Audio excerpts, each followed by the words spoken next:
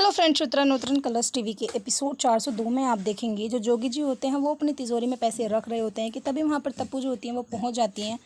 तप्पू देखती हैं कि जो उनके पापा होते हैं वो बहुत सारे पैसे रख रहे होते हैं कि तभी उनकी नज़र अपनी तप्पू पर पड़ती है। वो पूछते हैं कि अरे बेटा तुम।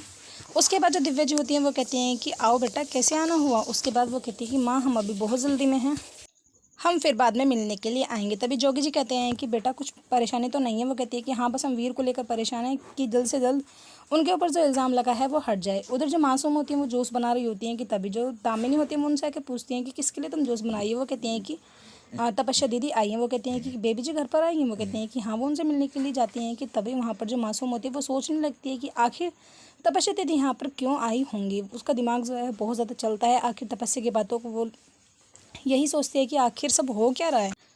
उधर सिट जो होता है वो फ़ोन करता है तप्पू को और पूछता है, कहता है कि क्या पैसे के अरेंजमेंट हो गया है। जो तप्पू होती है वो कहती है कि हमने तुमसे टाइम मांगा था तो इसलिए तुम्हें बार बार फ़ोन करने की कोई ज़रूरत नहीं है।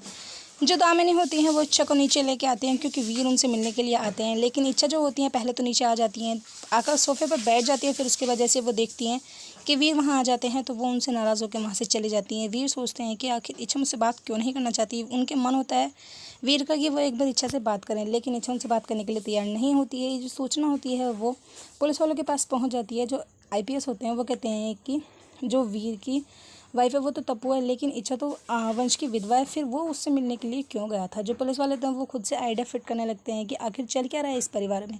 उधर तप्पू जो होती है वो अपने रूम में होती है, अपने कपड़े वगैरह चेंज कर रही होती है कि आराम से बैठे हुए होते हैं। तभी उसके पास वीर जो होते हैं वो आ जाते हैं। वीर कहते हैं कि वाह इन कंगनों को पहन लो, तुम इन कंगनों में बहुत ज़्यादा खूबसूरत लगती हो।